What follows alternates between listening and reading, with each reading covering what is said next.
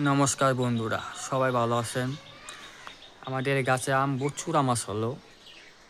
লুলি মিল বেড়া এই যে লুলি মিল এটা কারণ এখন বন্ধ। এটা জুম করে সব আমি যাইতাছি, সব বন্ধ। তারা আম চুরি করে খেয়ে ফেলে। টাকার জন্য কি ব্যবসা করণ যায় আপনারই বলেন।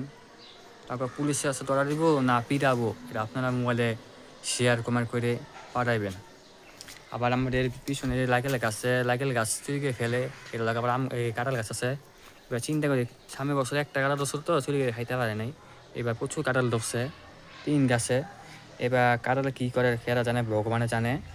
এই ভগবান আমি বললাম, হে ভগবান, আমাদের গাছে যে কাঁঠাল চুরি করে খাইবে সে লগে লগে মৃত্যু হয়ে যায়, কারো যে চুরি করে খাইবে।